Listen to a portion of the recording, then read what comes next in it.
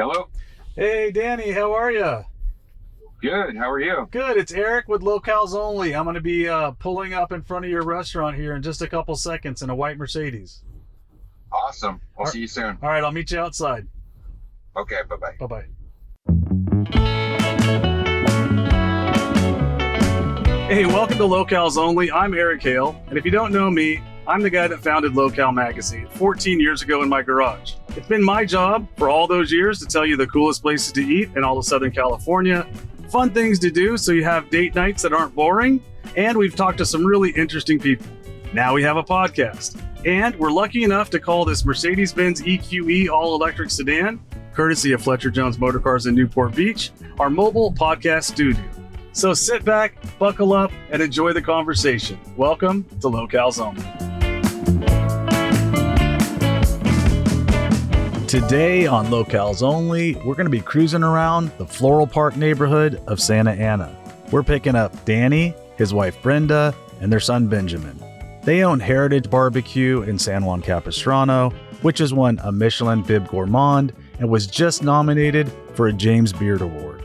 They're opening up a new restaurant called the Hut Dinette in Santa Ana, and we're going to talk to them about their growth from meeting each other as very young kids, getting married young, building a business together that started in their backyard, and the success that comes with opening a second restaurant. So sit back, buckle up, and enjoy Locales Only.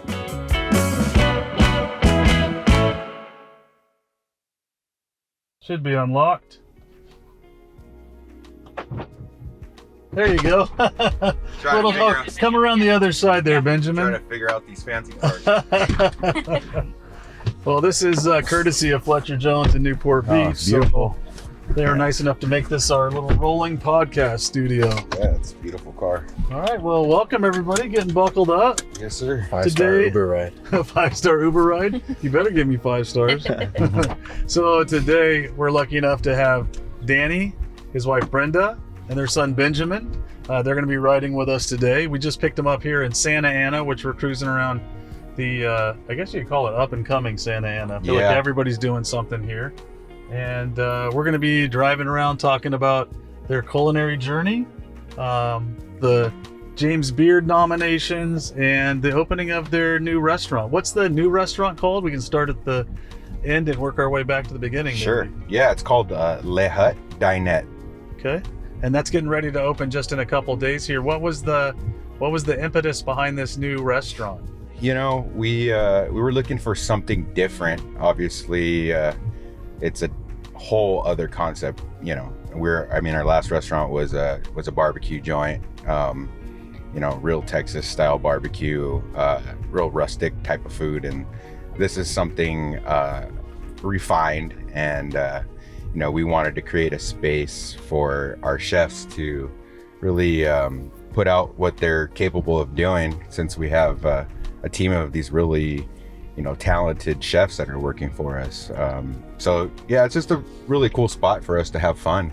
And for people that don't know, and a lot of people will know because we'll tell them at the beginning of this, but the first restaurant, the barbecue place that you kind of describe as your first place, tell me about how that happened and how you guys got into that business. Well, maybe Brenda could that let us started off in our backyard. Actually, we started doing barbecue, and we would have parties with friends, and then it turned into, well, let's see if we can sell this food to make some money back instead of just feeding everybody. Yeah. And then friends and family, and then before you know it, strangers were coming up in our backyard on these weekend events, and we thought, well, maybe we could really make something of this. And eventually we grew out of our backyard and started going around breweries in Orange County. And our problem was we couldn't ever make enough. We always sold out before we reached the end of the lines. And it was just, we started off with a 500-gallon smoker, and we thought that thing was huge, like a beast. Yeah. And now we graduated at the restaurant. We have 4 1,000 smokers. You can see those. So if you're in downtown San Juan, historic San Juan Capistrano, you'll see Heritage Barbecue. It's kind of like in the middle of the town. Yes. And now you can see half the lot taken up with these giant smokers. And kind of like probably the reason the town smells so good as soon as you pull in. Literally the whole town smells like Heritage Barbecue. Definitely. But so what you're telling me is what a lot of people might guess is that you probably had some great culinary background and went to all these cooking schools and grew up doing this, and all of a sudden it's just an overnight success. I mean, right? It wasn't an overnight success. It wasn't. No, It was a lot of hard work. Actually, when we started doing that, we were both working full-time jobs. I have a credit union banking background, and he was working as a corporate chef, and we were doing this on the weekend and at nights after work, and while raising our family in our house. And I put everybody to work, and we all did it as a team. That's awesome. That's awesome. So now that barbecue, but is it to the point where I feel like I go through this also? Did you feel like you just might need another challenge? Is that another reason for this restaurant, would you say? I think that's a Danny question. Danny loves a good challenge.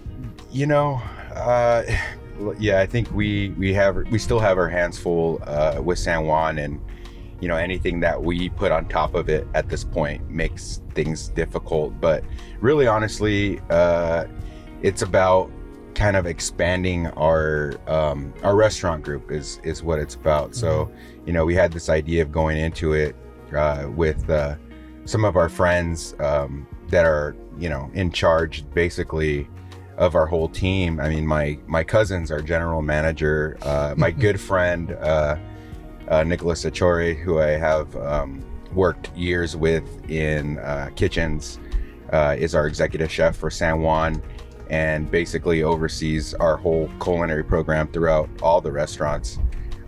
It's about creating a company where everyone can come up together, as far as being successful, not just Brenda and I, but to bring those people along with us. And in order for us to do that, we have to expand, we have to grow, we have to get bigger to have more opportunities. So that's the reason why I'm doing it. It's more for them, so I can, my team, I want to see them purchasing homes and buying cars. So this is not, and I think I've had that mentality in my business a lot of times. I never need to be rich enough to have my own jet or to have 2 or 3 houses or any of this stuff. That's just not me. I need to have enough to where my family's comfortable and I have a nice, comfortable life. 100%. But I love seeing other people go off, and I like that foundation is like, it's not we want to get bigger, we want to make it so that more people have an opportunity, because inside of that one restaurant there's a ceiling, right? There's not a lot of places to expand, and if you can take your talents and do other things, you can give people opportunities. I want them to feel like an entrepreneur, like we are. So I want them to feel like they're very much a part of this, and because they're the ones that are working hard every day to make sure that everything comes out absolutely perfect. They love the place just like Brenda and I do. I know it's really hard to find people that treat the business like it's theirs. So that's why we do it for them. That's one of the biggest compliments from customers when they come. They tell us how they compliment our team, and you could show that they genuinely care, and not just in the front of the house, but also the back of the house. Like, it comes out through the food too. So we're big on hospitality, in the front, and we're big on good food, and it's all the way around.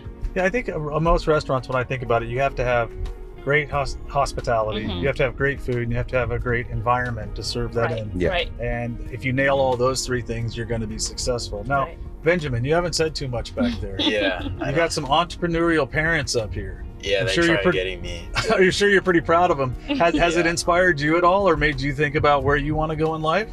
Yeah, I want to help and pursue the business even afterwards. My dad and mom aren't here to help as much. My dad has tried getting me to, I don't know how to put this in words. But it's something you're excited about being part of the family business, and it's inspired you? I do definitely want to be a part of it. That's awesome. Yeah, our daughter, I think she wanted to be a marine biologist, and there's other things that she wanted to do. And I think the more she got older and she saw this opportunity in what her mom and I were building, this family business, and it's a generational thing is what we're trying to create too. So, we didn't have those opportunities from, both side of my parents and Brenda's parents. We didn't really have anybody that was an entrepreneur or had a business that we could step into. I always had this thing where I said that, when you go to school, they always teach you to go work for somebody, but they never teach you to go off and do your own thing. And so that's what we're hoping that our kids are going to learn from us, and I love that. you know, be able to walk into something that, you know, they can live their lives comfortable and you know, even take it to the next level. And you know, I want my kids, my daughter, I told her, I said, and my son, you know, to both go to business school so that you can teach your old man, you know, how to run his business better, how to, and what it really boils down to is we're making good money, but we also need to be able to figure out how to hold on to it, right? And we're how to invest it, how to make more money. That's how rich people get rich, is and they take hold on to and it. they know how to do it. And from my background, I came from a very poor background. My dad worked at a factory, my mom cut hair. I didn't learn any of that, and I didn't have those role models. And it's funny that you say that about, I remember career day when I was like 16 or 17. They're like, what do you want to be? And I'm like, what can I be? Right. All I knew was firefighter, cop, mailman, lawyer, doctor. Like, I was like, what can you be? And now I try to tell my daughter that. She's going to business school, she's in college, and I'm like, no, you can be like anything you want. Like, you can just come up with a crazy ass idea and you can make that your business. And I'm trying to teach them that because nobody was there to tell us that. And the other thing, and the money thing, that is a hard one to figure out because like, as long as I've had money, I just spend it because I didn't know any better, because I never had it before. So now you're like, oh, you could be investing in this, you could be doing this, you could be doing this, and I've had to learn that on my own. So it is nice that not only can they go to business school and teach you, but you can also like help them out too and show them what they can accomplish. Yeah, it's the American dream, right? It is. So let's talk about something different. I really want to talk, I think, but even before we talk about this restaurant, I think it's so cool to go from backyard and to the James Beard thing, right? Can you give me any idea of what that was like? I mean, we've seen it play out in movies, like how people come by and give you these ratings. Like, what was it really like? And what was it like opening the envelope or getting the call and just like, what the hell? Like, what would it feel like? Every time it's surprise and humbling and an honor. And this last one, the James Beard nomination, I personally cried all day. Like, happy tears. We actually found out the same day we had planned a staff meeting. So we stopped on the way there and got. Did you get a letter, an email, a call? I got a text message from a friend congratulating me, and I said, For what? For what? Yeah. We you know. So that's how I found out, and that he sent me a link to it, and I opened it up, and I ran out to the kitchen where Brenda was sitting down, and I was like, I didn't even say anything to her. I just showed her, dropped the phone in front of her, and she read it. And, then that had to be awesome, right? I was sitting there with my 4-year-old, you know, trying to do breakfast for him and get this big news dropped literally on my lap, and it's an honor. Do you ever get imposter syndrome? Like, where you're just like, this ain't us. Like, we're just like, I'm a cook or a chef, and I work at a credit union. Like, what are they giving this to us for? Like, does it ever feel like that, or do you feel like you deserve it? I grab it and I crumble it up and I push it in the back of my head, and I try not to think about it.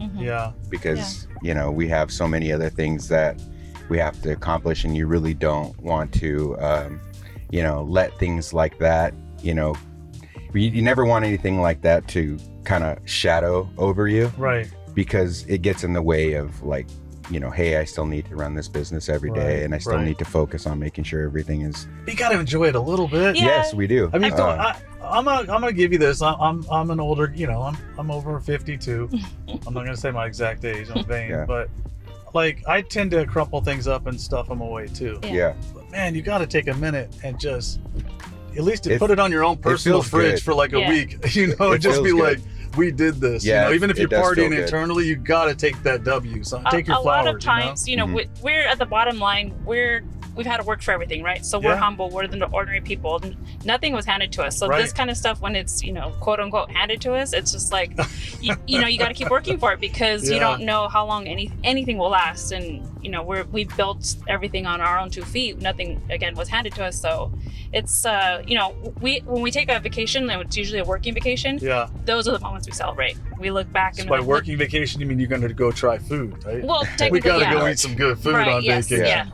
Like, we have a trip coming up in a few months, and we're going to go to Texas, and there's a festival over there, and you know, we'll take a few extra days before and after to celebrate and hang out, but then come back and it's hit the ground running again. For me, it's another layer of pressure too, so that's why I try not to think about it so much, because every accolade means more people are coming out, means, there's other people that want to come in and say, oh, why is this place even, why do they have this? Why do they have that? I think for the more love, the more haters you get too, it's, right? It's literally, it's like the love outweighs the haters, but there's the haters and they're always waiting to, try to, tear you down. It's crazy. It's like you can just say like, this barbecue is really good.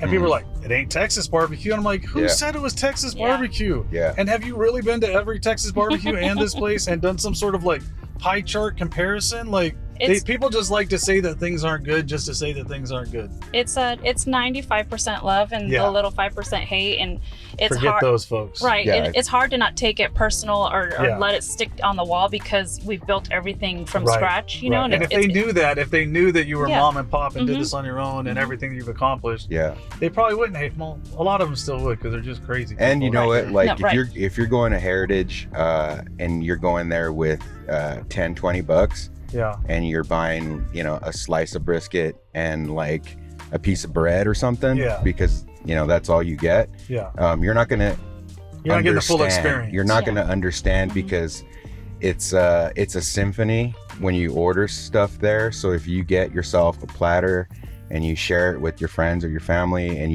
you're getting to enjoy and see all these different things that take a lot of time and there's a lot of technique, right? And you have them all at the same time together, you can understand. But most of the time, the people that say that sort of thing, I mean, they're not seeing it. Taking on that symphony theme, right? I'm just gonna, you got that symphony on the plate, and you guys kind of talked about how you have this beautiful symphony of staff, right? Family, staff, staff that feel like family, and you guys are all working together in concert to achieve these amazing things. Right. So, is it scary? Let's go talk about the new restaurant again, Le Hut. Is it scary opening up this dinette when kind of the band's all playing the music really good, right? Is it scary to like, now you have to be conducting two bands in two different places and getting them both to create beautiful music?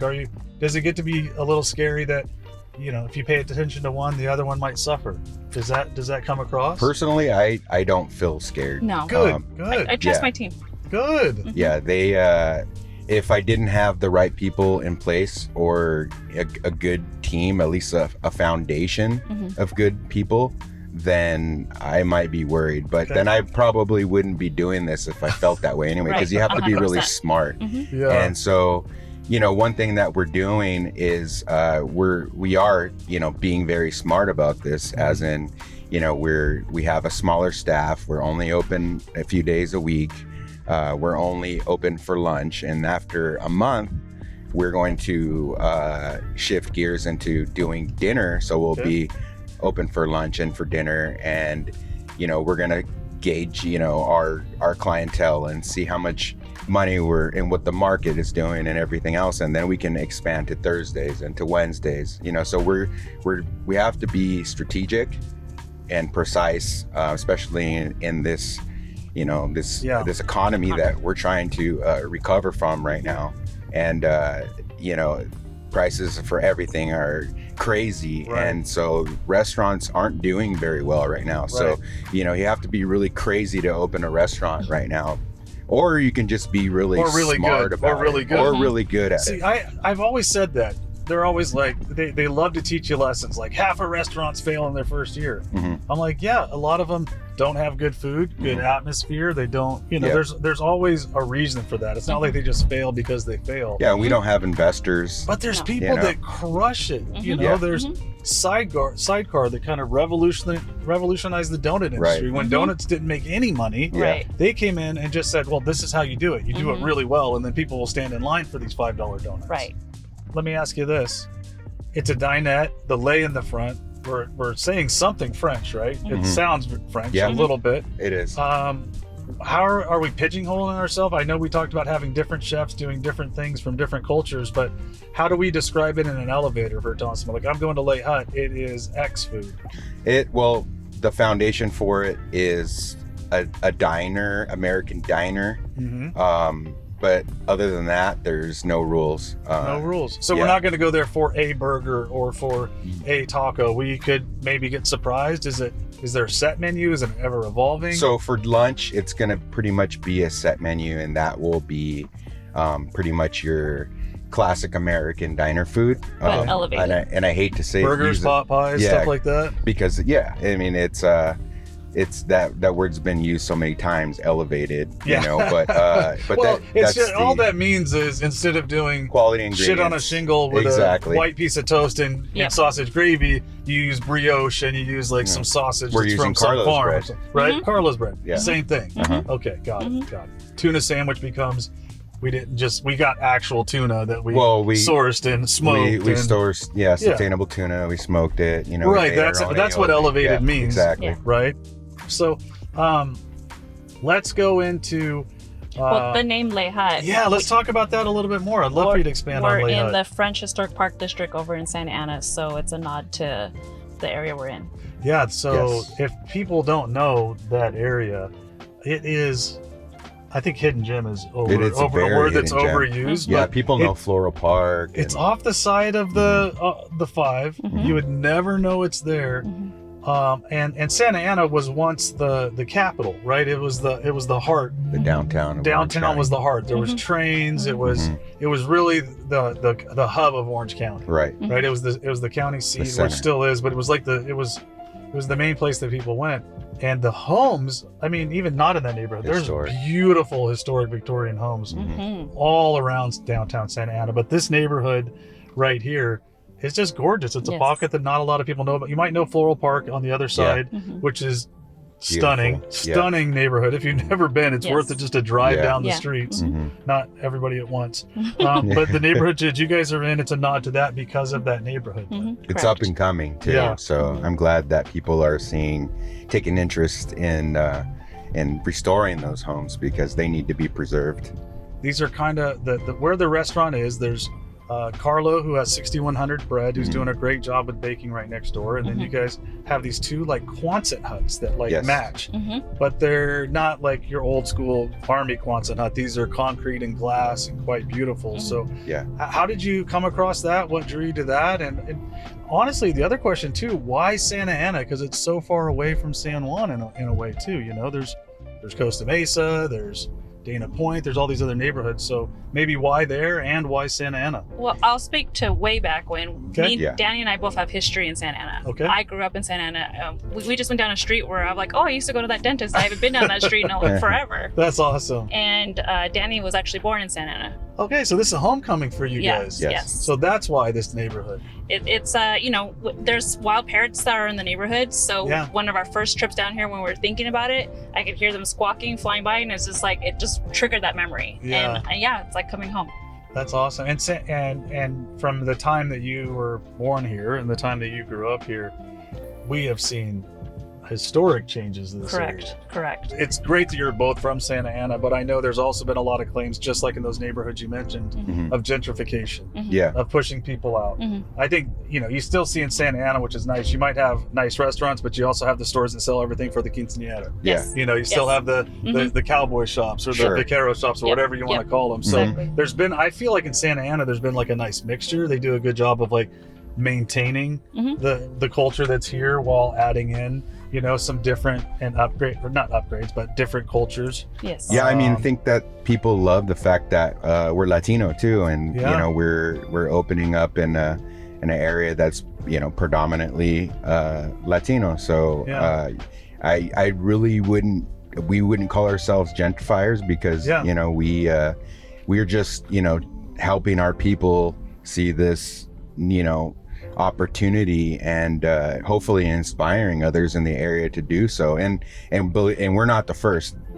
Santa Ana's full of Latino Right. entrepreneurs that are doing That have inspired amazing us. things. Yeah. So let's talk to that. Like, what is your plans with Santa Ana with community involvement? Because if you grew up here, that's got to be high on your agenda. I'm So thinking, for right? us, yeah, community is like paramount. So Yeah. that's number one. I mean, you have this city that's, homeowners, Latino homeowners. I mean, I don't know the statistics, but I mean, it's really up there. I Right. mean, most of the time, if you're in an area like South Orange County, they're living in, you know, apartment buildings or some kind of, you know, But housing here development. they own most of they those own houses. homes, you know, and they came here, you know, you have grandparents and such that came here, you know, with wanting this opportunity to, you know, buy their homes and own their, you know, own things and own land, and they do that. So now you have these kids that, you know, have the opportunity to, you know, someday maybe even take over these homes. But people are very proud of growing up in Santa Ana and living in Santa Ana. It's like one of those places where people like fly that flag, right? Right. Yeah. And you know, there's community is huge, because I feel like we can connect with this community more than we can even connect in San Juan. And we really are trying to make that something that we're going to focus on. Do you plan on bringing any of that into the menu of traditional diner fare down the road? I mean, there's definitely influences. I mean, it doesn't have to be a Mexican restaurant or a Latin restaurant, but maybe some influences. Well, we're just hoping that, like, it'll, you know, especially with the wine, that it'll kind of open up. From Valle? Yeah. Well, it's because, you know, we're doing this natural wine program, and I think it's more approachable because it's unpretentious, you know what I mean? So I think that people who haven't had wine before or have been into wine can start here and maybe, you know, work their way up the ladder to, you know, appreciating this thing that, you know, of wine drinkers. I appreciate it. I try to appreciate it at least every night. That's right.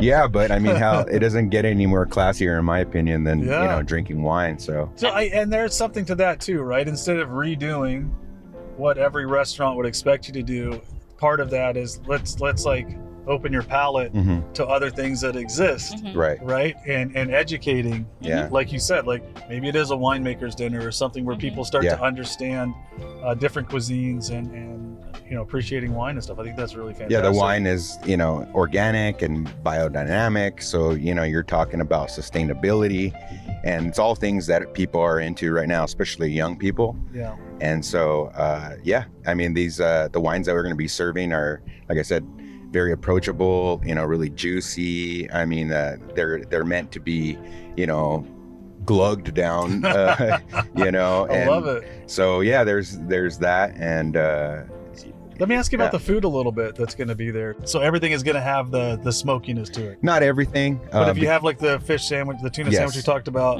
the tuna is going to be smoked. Yes. Nice. How the fun. chicken's going to be smoked. Yeah. So everything's going to be a little smoky. I love that. Yeah. So you're smoking it down there and then bringing it up here. Correct. That's awesome. All right, so let's wrap this up.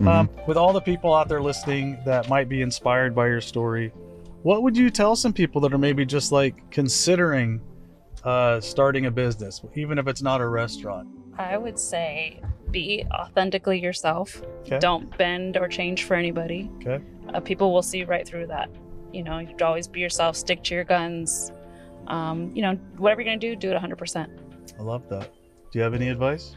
Yeah, I mean, I think, you know, mine comes from the entrepreneurial part of it, is because I'm a hustler and I learned how to, you know, turn it in the right direction. So if you're thinking about doing something, you always have to take that first step and just do it. It always just takes that first step, you know, just not being scared and putting that first foot forward. And when I started this, I said jump and the net will appear. Yeah. Don't be afraid to fail. Just jump first. Don't look for the net. Jump and the net will appear. Don't be afraid to fail, because a lot of people don't know that, you know, I've failed so many times in my life. Yeah. And, you know, you just keep doing whatever you're going to do. And we're here. It's lessons. You'll live to fight another day. I forgot who I was listening to. It was a guy the other day, and he was 90. It was on some TV show, but what he said stuck with me, even if I can't remember his name. He said, "What would you tell your younger self?" He said, "Tell him it's going to be okay and it all works out." And I was like, that hit me so hard, because we're always stressed about the next day, the next week. And you know, when you look back when you're 90, you're going to be like, man, you had so much fun. I just wish you would have enjoyed yourself more, because it all worked out. 100%. You know? All right.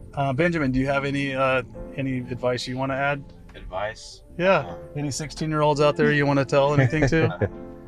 I've seen a bunch of people just won't try to start anything just because they have the mindset they don't think they can succeed at all. Yeah. That takes just a little bit of effort to see 80% of what you can get, you know, the 20-80 rule. Yeah. So you think the mindset is super important, just having that positive mindset and focusing on what's achievable, the 80% that's achievable. Right. If you're not passionate about what you do, most likely what you're doing, you're not going to succeed very well.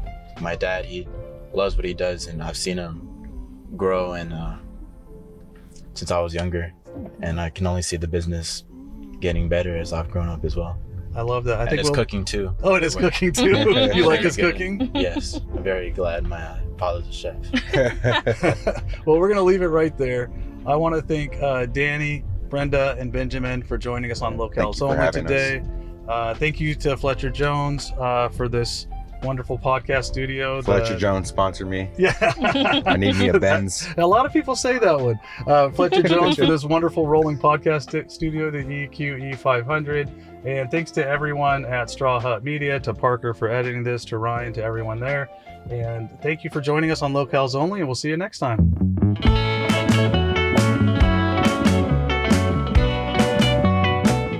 I want to thank everyone on the Straw Hut Media team, including executive producer Ryan Tillotson and our editor and producer Parker J. Hicks. And as always, a big thank you to Fletcher Jones Motor Cars in Newport Beach for providing this beautiful Mercedes-Benz EQE to be our rolling podcast studio. Join us next time on Locales Only, where you can buckle up and go for a ride in our mobile podcast studio with some of the coolest people in Southern California.